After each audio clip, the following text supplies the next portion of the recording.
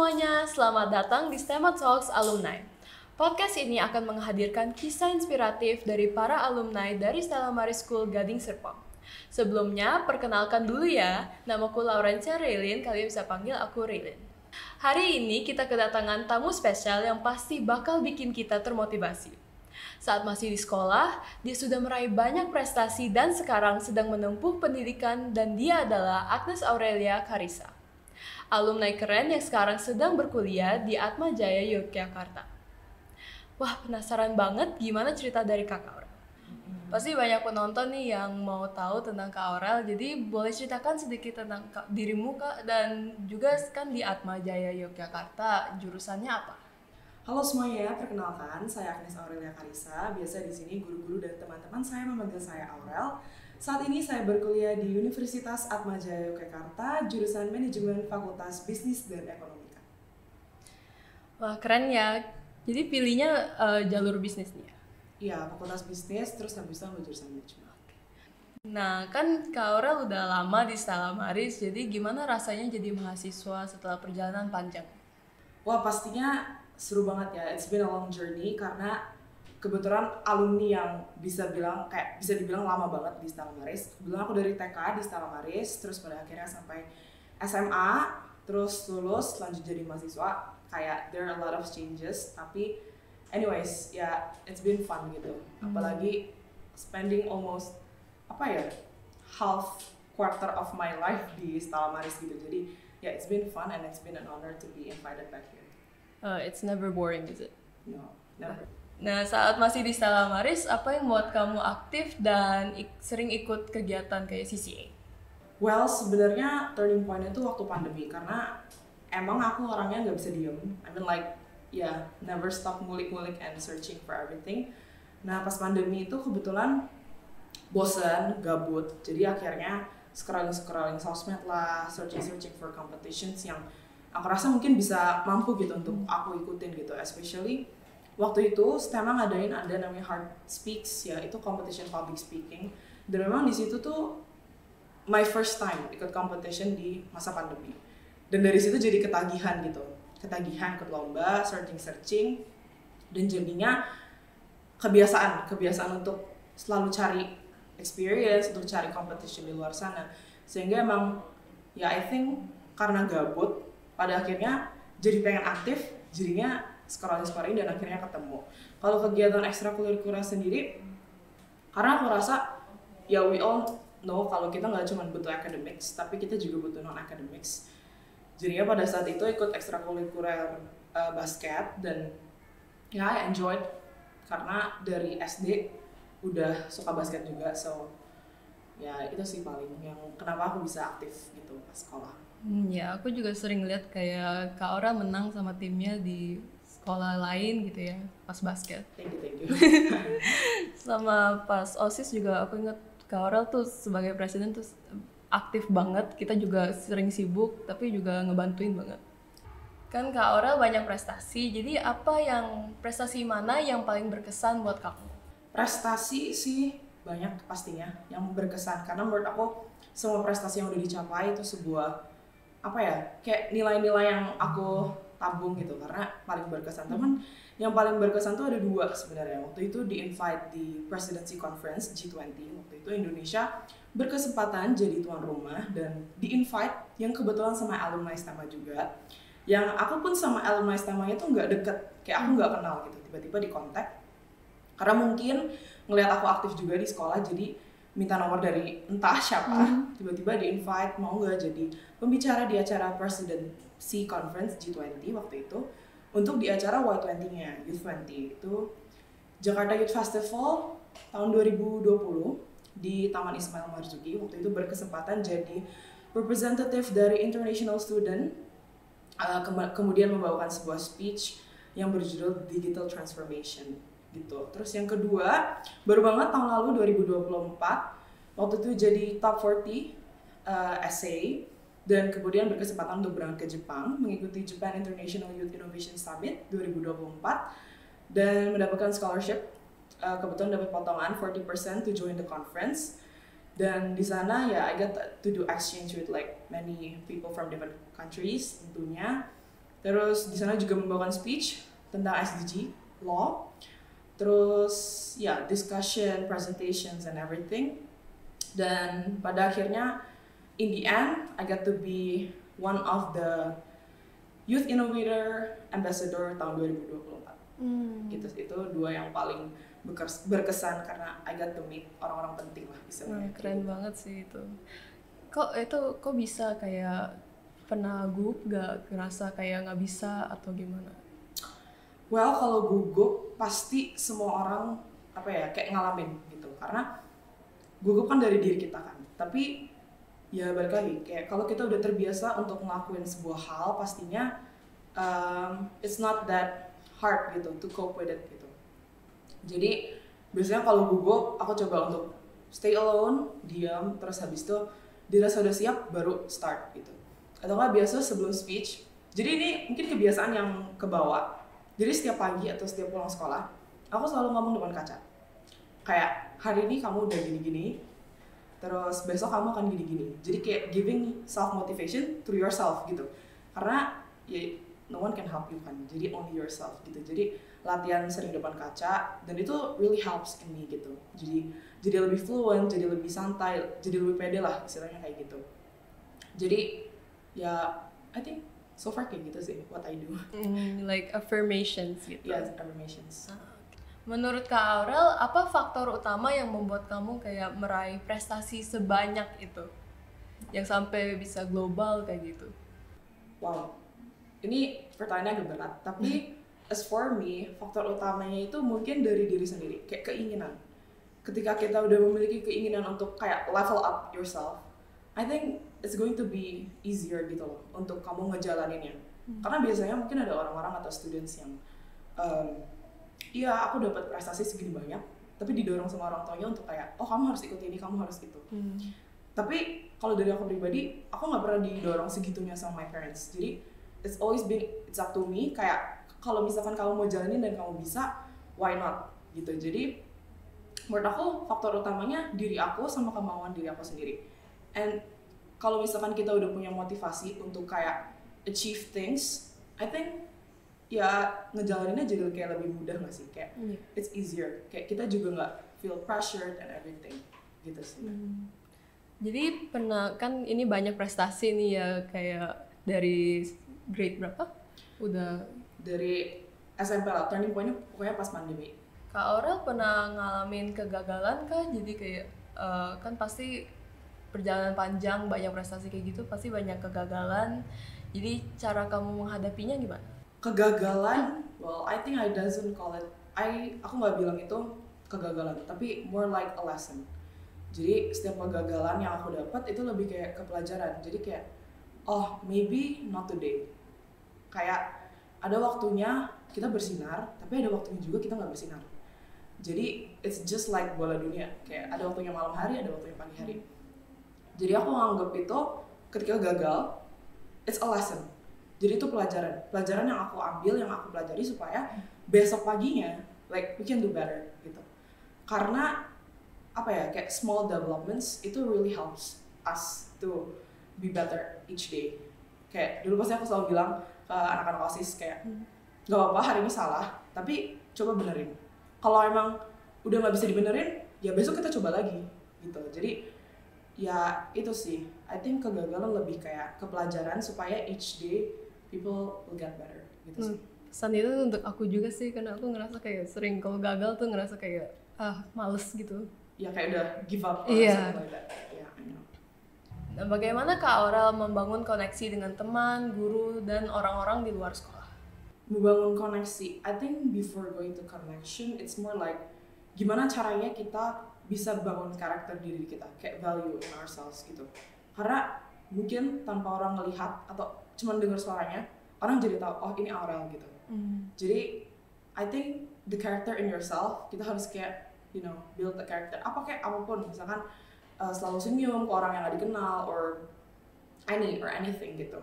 Pokoknya build a character in yourself sehingga kamu nantinya jadi dikenal sama ya staff yang kamu gak kenal, ataupun guru, ataupun siapapun gitu. Terus di acara-acara penting, usahain to be like as professional as possible. karena salah satunya waktu yang di presidency G20 itu, I didn't know that after the speech there will be like wartawan fetching me up and then like sodor-sodorin mic and everything. I don't know. And di situ kita harus berusaha untuk tetap profesional, kayak kalau ditanya wartawan kita jawab apa. Terus habis itu kalau dapat name cards dari Pak Menteri atau presidensinya, ya kita harus bisa, kayak well received gitu kan. Nah di situ kita coba kayak, oh baik Pak, nanti saya follow up dan segala macam.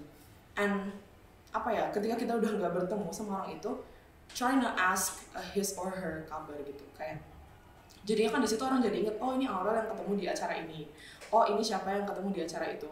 Jadinya ketika nanti ada acara atau apa, dia bisa mereferensikan kita untuk datang di acaranya, ataupun kayak ditawarin hal-hal yang mungkin dirasa kita mampu untuk ngelakuinnya gitu sih. Kalau misalkan sama teman-teman, joke around, karena that's what I do with my friends. Jadi ya bercanda aja, bawa santai, jangan terlalu kaku gitu. I do that with my friends. Kalau with my teachers, I also do the same thing. Tapi pastinya tetap jaga sopan santun ya, karena maybe some teachers nggak bisa diajak bercanda. Tapi mostly with my friends, my teachers, I always do kayak nanya kabar lah for everything. Atau kayak setiap pagi selalu aku teriakin. Kalau di koridor pasti aku teriakin kayak pagi, sebelum pandemi even. I always do like greetings to like the janitor, kayak the OB or everything. Kayak I always ask them kayak udah sarapan belum or everything.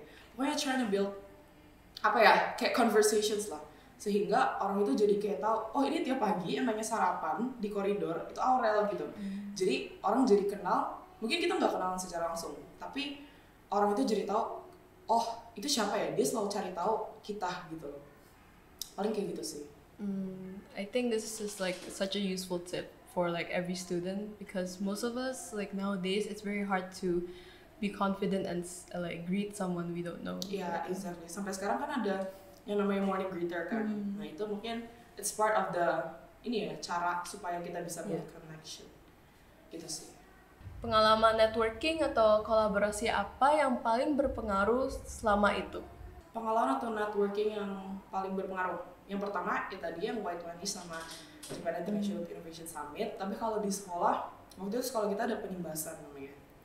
I remember yang anak SMA yang datang ke sekolah kita, terus kita bawain school tour. Nah, menurut aku itu yang paling penting sih, itu collaboration yang paling penting. Karena mungkin students yang SMA yang seperti itu yang kayak they can reach out many people gitu. Jadi waktu itu kenalan sama presiden OSIS karena emang dipertemukan. Terus habis itu setelah kita ketemu dan meet up gitu, jadi saling sharing, jadi saling kayak, oh kira-kira kalau di sekolah ini gimana ya, kalau di sekolah kita gimana gitu. Jadi kita sama-sama discuss kayak which ones is best for us gitu. Kayak buat masing-masing dari OSIS-nya tuh yang terbaik tuh yang kayak gimana sih gitu. Terus kolaborasi terakhir, I didn't find it kayak, mungkin belum yang kayak terlalu jauh, tapi waktu itu STEM friendly match, kita kan berusaha untuk kayak go to other schools, send proposals and everything. Terus kita kayak adain match di sekolah. I think itu yang paling paling berpengaruh. Jadinya kita kenal dari sekolah lain, terus kita juga bisa sharing juga sih. Kan Kak Aurel banyak networking, jadi menurut Kak Aurel itu seberapa penting kita harus kayak tahu orang lain gitu dan sering berkomunikasi dengan orang lain kayak untuk membuka peluang misalnya beasiswa atau proyek di kampus. Menurut aku penting banget, kayak networking itu penting banget ketika kita udah kenal orang yang bisa dibilang penting or kayak dia benar-benar berpengaruh lah, kayak benar-benar ngefek ke kita. Itu penting banget karena ketika kita nanti suatu saat kita butuh or like we want to make kayak beasiswa or project in our school atau in his or her school, kita jadinya lebih mudah, kayak lebih tahu gimana caranya. Dan pastinya kayak tadi ada yang namanya reference code gitu kan, jadi kayak oh aku kenal dari sini, udah tahu orangnya, jadi kayak merasa lebih dekat dan lebih mudah untuk bisa masuk karena dia udah tahu nih apa yang kita lakukan selama ini, dan mungkin dia juga tahu kayak perjalanan kita kayak gimana. Jadinya orang nggak perlu banyak ngulik, tapi they already simply know kayak oh kayak gini, so it's okay to make collaboration. Gitu sih paling. And kalau beasiswa I think it's also simple sih, kayak lebih mudah karena waktu itu yang di Jepang sebenarnya I also receive scholarships. Tapi why did I don't continue, kayak kenapa aku nggak lanjutin, karena mungkin karena aku anak pertama, terus aku perempuan juga, so I cannot go further from my parents. Jadinya I didn't continue there. Terus kalau yang kedua, kemarin juga sempet keterima scholarship di Turki, but then why did I juga nggak ambil, karena itu jauh banget. Terus habis itu yang kedua, bahasa, kendala bahasa. Jadi mungkin kita udah ada nih, kayak kita udah punya peluang, kayak kita udah bisa kesana. Tapi balik lagi, I think your parents is more important than others offer gitu. Kayak oke, kita bisa kuliah tinggi jauh, universitasnya bagus, tapi back again, kalau your parents say no, then what should you do? Ada nggak mentor atau seseorang yang sangat berjasa dalam perjalananmu? Mentor, I think kalau mentor sih mungkin banyak dari seniors, karena I always learn from my seniors, apalagi waktu high school, waktu SMP, SMA itu banyak banget belajar dari seniors. Kayak karena dari SD selalu pulang sore gitu kan, jadi aku selalu ke gedung secondary waktu itu. Terus I always see like their achievements, their paths and everything, kayak perjalanan mereka tuh kayak gimana sih gitu. Jadi ya aku sih banyak tanya, banyak kayak ngobrol gitu sama seniors, kayak jalin hubungan lah sama seniors gitu. Jadinya kayak itu kan lebih mudah kan, nanti kedepannya kita mau ngelakuin apa, terus evaluasi dari mereka apa gitu. Jadi kadang kalau ada yang bilang seniors itu kayak susah untuk dideketin, ya sebenarnya cara-cara kita aja sih gimana kalau kita mau belajar. Nggak mungkin lah senior tuh nggak mau bantu gitu. Kalau orang paling berjasa pastinya my parents ya, kayak orang tua, keluarga, karena mungkin without them we cannot be anything gitu kan, dia bilang kayak gitu. Dan apa ya, ketika kita melakukan sesuatu pasti kita minta izin ke mereka, terus mereka yang ngizinin dan segala macam. Jadi pastinya ya my parents, they support me a lot gitu, nggak cuman mungkin dari hal materi tapi non materi gitu. Kayak ya itu sih, there are lots of lesson yang aku bisa pelajarin dari mereka gitu. And kalau dari adik-adik aku pastinya kayak mungkin mereka nggak gitu apa ya, they don't give much apa ya efforts to my prestasi gitu, tapi ya kayak I think 50% of them itu juga kasih support ke aku gitu. Jadi I think support is enough, kayak I think, and that's the most important thing ketika kita lagi ngejalanin lomba, terus diundang kemana, diundang untuk jadi pembicara or everything, I think support is number one gitu. Like do you think you're like the role model untuk kayak your sisters gitu? Well, sebagai anak pertama I can say that, tapi well I still learn gitu, kayak masih banyak belajar juga. Jadi ya kalau aku bisa jadi role model yang baik, why not? Tapi if still learning, I guess kayak lebih baik kita belajar bareng-bareng gitu sih. Apa tantangan terbesar saat beradaptasi dari SMA ke kuliah? Tantangan terbesar honestly nggak ada, karena as you know in IB like we do learn subjects yang kita pilih, terus kayak udah menjuruskan. Jadi ketika kita udah tahu kita mau kuliah jurusan apa and everything, kita bisa milih pelajaran nih di IB. Nah disitulah kita, menurut aku nggak ada adaptasi yang kayak gimana-gimana ya. Kayak IB kita banyak banget presentasi, kita banyak banget projects, we do IAs, we do EEs, and we do CAS and everything, we make essays and everything. So I think kayak nggak ada sih tantangan terbesar, kayak semuanya oke aja karena udah kebiasa mungkin ya di grade 11, grade 12 gitu. Jadi I think it's hard sih in college. Jadi like kayak ngerjain II segala IA itu berarti berguna banget dong ya di kuliah? Berguna banget, karena di kuliah you sometimes make long essays, tapi tergantung dosen sih. Kalau misalkan dosennya baik, I think short questions and short answers will be okay. Tapi kalau ya bukan kurang baik sih dosennya, tapi mungkin ada tugas yang harus bikin banyak banget essay, ya itu jadi udah kebiasa aja gitu. Menurutmu apa hal yang paling berharga dari sekolah kita Stella Maris yang membantu kamu saat kuliah? Well, paling berharga, I think the value of being open-minded and communication skills gitu. Karena,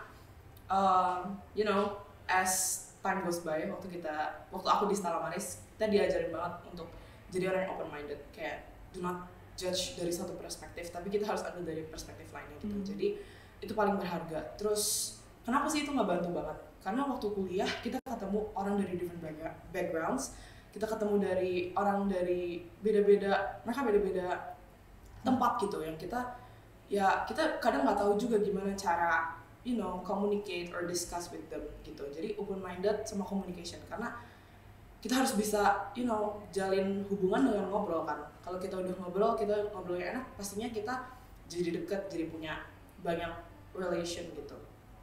Jadi itu sih 2 value yang paling berharga gitu, sama yang tadi aku bilang, yang presentasi gitu. Karena di kuliah kebanyakan dosen will only give you topics and you have to make presentations with your team or your friends. Jadi karena kita udah kebiasa bikin presentasi di SMA, so I think it's easier in college juga. Kayak itu berharga banget itu. Di saat mungkin yang lain kalau bikin PPT masih panjang-panjang, tapi kalau di Stella Maris you guys nggak bisa bikin presentasi panjang-panjang, or else your teacher will cut your presentation. Jadi ya itu udah, I think it's a normal thing gitu. So I think what we can learn from itu kayak don't be afraid to step up. So like just use what you learn now for later. Iya. Sekolah dan kuliah tuh biasanya kan transitionnya kayak berat. Jadi adakah kayak perbedaan apa cara belajar dan mengatur waktu antara sekolah dan kuliah? Well, gimana caranya? It all depends to yourself sih. Kayak tergantung diri kita sendiri maunya gimana. Kalau sekolah kan mungkin kayak you already have your specific time. Kayak dari jam 7 sampai jam 3, or even if you have extra class itu kan sampai jam 4. Kalian di sekolah, kalian belajar and everything. Belum lagi kalau ada ex-school or things like that. Pulang kalian makan, atau nggak kalau ada les or everything kalian lanjut gitu. Ya kayak udah ada specific time-nya gitu. Kayak udah jelas kalian mau ngapain aja, harus ngapain, dan itu kayak besoknya ya udah kalian kayak gitu lagi. Dan kalau misalkan kalian ngerantau kayak aku, kuliah itu kayak it's a different thing gitu. You got to manage yourself. Jadi kalian yang punya waktu, kalian juga atur waktu kalian gimana gitu. Jadi ya menurutnya lebih mudah sih, menurut aku lebih mudah pas kuliah, karena you got to make your own schedule and everything. Kalau misalkan kuliah itu kadang kelasnya bisa milih, jadi you can choose your class. Terus ya it's simple, beda sih gitu. Terus kalau sekolah mungkin semuanya kayak piring, baju or everything your mom or your mbak usually wash for you. Tapi kalau di kuliah enggak, you have to do everything yourself. Jadi mungkin kalau bagi aku kayaknya kuliah lebih simple karena you got to manage yourself everything. Tapi kalau di sekolah, kalau kalian udah kebiasaan dengan ritme di sekolah yang kayak tek and everything, kalau ke kuliah mungkin agak sedikit sulit. Iya, balik lagi itu in yourself sih. Kalian tuh gimana cara ngejalaninnya gitu. Pastinya kalau beda ya beda gitu. Ya emang I think it's best that kita dari sekarang gitu, dari sebelum kita masuk kuliah itu udah harus bisa independen sendiri gitu ya. Ya, benar banget. Independen, terus get to manage your things, especially at home. Rencana jangka panjangmu apa nih Kak Aurel setelah kuliah? Setelah kuliah, kebetulan masih lama banget sih, karena masih semester 2. Jadi rencana jangka panjang pastinya habis kuliah ya kayak fresh graduate biasanya sih, paling cari kerja. Mungkin target 1-2 tahun, habis itu coba untuk create a business, make innovation, just like what our school ajarin, School of Future Entrepreneurs. Jadinya coba untuk bikin usaha gitu. Karena waktu SMA sempet udah mulai bikin usaha gitu sama anak SMA sini juga. Jadi sekarang juga masih sekolah di sini. Kita bikin namanya mudachips.id gitu. Jadi mudachips.id ini adalah bisnis keripik pisang dengan flavors yang banyak gitu. Nah, cuman karena kita bentar lagi LDR, I mean like we cannot continue karena kita nggak bisa do everything together again. Jadi kita sekarang lagi currently taking a break gitu. Dan aku harap mungkin nanti setelah kuliah kita berdua bisa lanjutin bisnisnya gitu. Paling kayak gitu sih. Keren ya. Kalau bisa kasih saran ke siswa Stella Maris yang masih sekolah, apa tips terbaik yang that you want to say supaya bisa sukses sejak dini? Tips, well kalau dari aku ada 2. Yang pertama, kita harus bisa curi start dari orang-orang lain, dalam tanda kutip a positive start gitu. Terus yang kedua, itu harus bisa jadi yang termuda dalam setiap hal. Jadi kalau misalkan nyuri start itu lebih kayak, kalau misalkan teman kita belum mulai something and dirasa kita udah bisa, ya udah mulai sekarang gitu, start gitu. Jadi kita jangka waktunya lebih lama untuk coba, kalau gagal coba lagi, kalau gagal coba lagi. Gitu kalau kita curi step. Tapi kalau misalkan untuk jadi yang termuda di setiap hal, aku rasa mirip-mirip. Tapi ketika kita bisa jadi yang termuda di setiap hal, I think kita pasti lebih baik disuruh-suruh, maksudnya dimintain tolong, kita lebih banyak disuruh ketemu orang dan segala macam. Nah dari situ kalian juga bisa bangun network sama orang lain. Terus habis itu setelah kita belajar dari kayak failures and everything, kita masih punya banyak waktu. Masih kayak we can jump over to other things gitu. Dan pastinya ketika kita jadi yang termuda juga, kita lebih sering ditunjuk ketika kita ada potensi.